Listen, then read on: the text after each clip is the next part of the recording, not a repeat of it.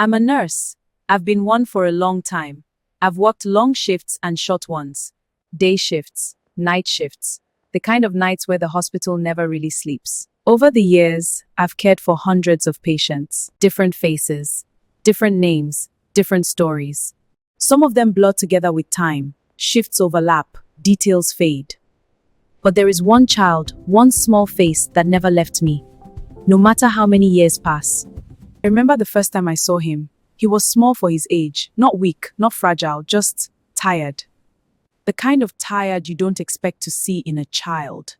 He didn't cry when he was brought in. He didn't ask questions. He didn't complain. He just watched. While other children clung to their parents or whimpered softly, he lay there quietly, eyes moving slowly around the room, taking everything in. Big eyes, old eyes, the kind of eyes that seem to have seen too much too early. His kind of quietness always makes me pause. When I introduced myself and asked how he was feeling, he thought for a moment. Then he smiled. Not a big smile, not a brave one, just enough to be polite. And he said, "I'm okay. I don't want to be a problem." I've heard alarms scream louder than that sentence, but nothing has ever hit me harder. No child should worry about being a burden. No child should feel like they need to shrink themselves to be cared for. I told him he wasn't a problem. Not at all. I also told him he mattered, that he was important, that we were there for him. He nodded. Like he understood what I was saying, but didn't quite believe it. His mother never left his side. She barely sat down, barely blinked. She held his hand with both of hers, like if she loosened her grip even for a second. The mother panics, thinking her precious son might slip away. At that time, I thought, she's just a worried parent. I see that every day. Now I know, sometimes parents feel things before we do. As the hours passed, things began to change. Nothing dramatic at first, just small things. A number slightly off. A pause in his breathing that lasted a little too long. The monitor started beeping more often. Not loud, not urgent, just enough to pull your attention. Doctors came in and out. Their voices grew quieter, more careful. The room felt different. Heavier. Like the air itself knew something we were trying not to say out loud. I adjusted his blanket, making sure he was warm. My hand brushed against his arm, and he looked up at me. His voice was barely above a whisper when he asked, "Can you stay with me?" There was no fear in his voice, no panic, just a simple request.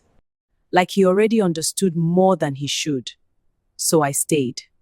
I stayed through the alarms, through the rushed footsteps in the hallway, through that quiet urgency that fills a room when everyone is trying their best and knows it might not be enough.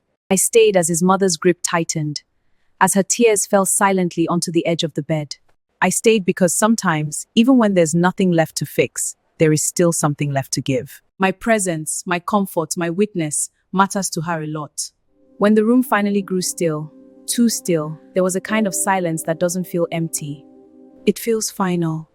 He didn't make it. The mother cried bitterly. The staff moved gently, respectfully, the way we always do, even though it never feels routine. I stood there longer than I needed to, thinking about his smile, his politeness, how hard he tried not to take up space, how brave he was, without ever being asked to be. Patients are not just diagnoses. They are not room numbers. They are not tasks to complete. They are someone's whole world. They are bedtime stories unfinished, birthday candles unblown, futures imagined and loved long before they ever existed. And some patients, some children, stay with you. They change how gently you speak, how closely you listen, how long you stay when someone asks you to. I've forgotten many faces over the years, but I can never forget the little boy. This is Medical Narrative Channel. These are the stories we carry with us, long after the shift ends. Please don't forget to subscribe if you really learned something from this impacting story. Moral lessons. 1. Presence can matter more than treatment. 2. Every patient is someone's whole world. 3. Children understand more than we think. 4. Kind words leave permanent marks. 5. Strength doesn't always look loud. 6. Parents feel what medicine cannot measure. 7. Care does not end when healing is no longer possible. 8. Some patients change who we become. 9. Silence can be sacred. 10. Compassion is the heart of medicine. Now listen to this. Medicine is not only about saving lives, it is also about honoring them. The little boy taught me to slow down, to listen more carefully, to stay when someone asks you to stay.